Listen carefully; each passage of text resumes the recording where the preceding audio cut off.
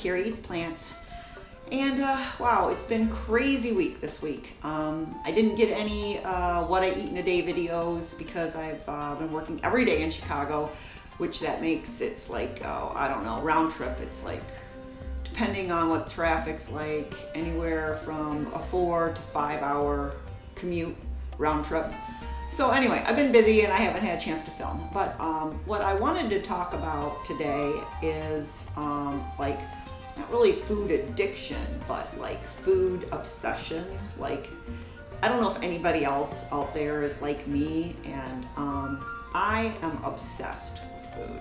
Like, I think about what I'm gonna eat the next day, the day before, and I'm constantly on Pinterest, or I'm constantly in a cookbook, or I'm constantly thinking about what would taste good together, and what am I gonna have for breakfast, or what am I gonna have for lunch, and what am I gonna have for dinner, and the weekend's coming up and I can spend more time in the kitchen, and what recipes do I wanna make, and making lists and getting all these ingredients, and I have like every possible ingredient you could possibly want. And as far as like kitchen appliances, I have every kitchen appliance you could possibly need to make absolutely anything you need, you know, anywhere from the Cuisinart to the Vitamix to the NutriBullet to the panini press to the milk frother to the stand mixer, immersion blender, tofu press.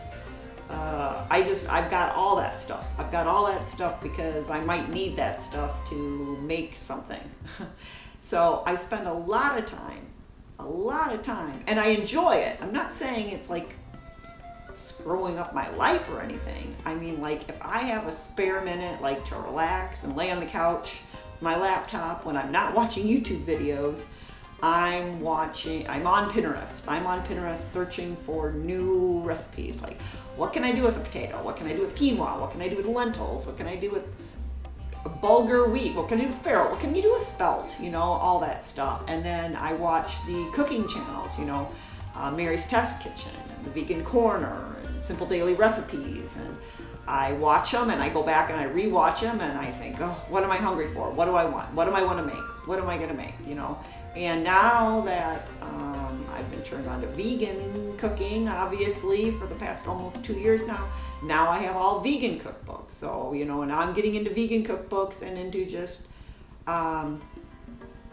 obsessing over, what can I make out of this cookbook? What looks good? And is there pictures? And I like pictures of food. Oh boy, do I like pictures of food. And I like to see what other people are eating. And I love to watch what other people eat in a day videos.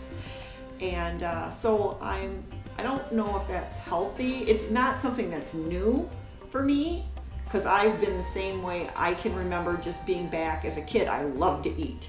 Like my mother's in her 90s, and she was a stay-at-home mom, and she made every meal of every day. We very rarely got to go out to eat. I very rarely go out to eat now because I enjoy cooking, but I can remember as a kid, like, what are we having for dinner? You know, what are we having? What are we having? What are we having? What are we having? What's for dinner? You know, what's for lunch? What you know, everything about food. Just like, I just think about, it's like smoking. I don't know if any of you were ever a smoker. I used to be a smoker. Like, thinking about the next cigarette before you put the first cigarette out. You know, you're like, oh, I'm gonna get a new cigarette when this one's done, and lighting a cigarette off of a cigarette. And so I remember doing that, and that's kind of like food. Meals, like, what am I having next? Oh, I had this for lunch. Oh, it was super good. What's for dinner? Oh, and then, you know, what am I having next week? And, you know, make sure I have every ingredient I need at the grocery store to buy everything I need to make everything I want. Is that a bad thing? Is this something other people have, or do most of you guys just not even think about it and throw some bananas in a blender and there's your meal?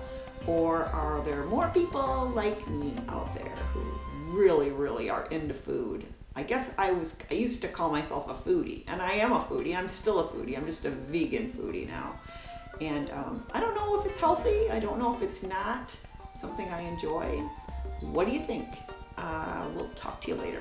Oh, and I got a little recipe, a little sauce I've been playing with that's really good. I've been eating it on my potatoes. I've been like taking, like every day last week I took potatoes and then like a brown rice mix. It was like a mix of different grains, and I combined those two, and then I was having them with this sauce. So that was pretty much my lunch every day last week working, was potatoes and this rice mix. So I've got a little recipe video after this, and we'll talk to you later. Bye.